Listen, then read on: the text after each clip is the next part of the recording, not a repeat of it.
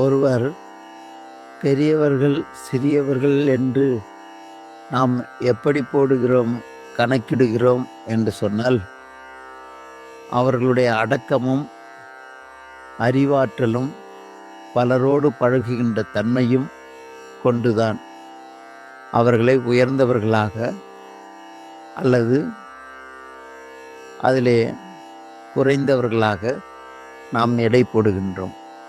அந்த வகையில் பார்த்தால், ஒரு தராசு தட்டிலே அதிகமாக பொருள்களை வைக்கின்ற அந்த தட்டானது கீழேயே இருக்கும். இன்னொரு தட்டிலே எடை குறைந்திருக்கின்றது, மேலே போகும். ஆனால் ஒன்றுமில்லாத அந்த தட்டானது உயர்ந்திருப்பது போன்று தோன்றுமே தவிர, ஆனால் அது உயர்ந்தது அல்ல.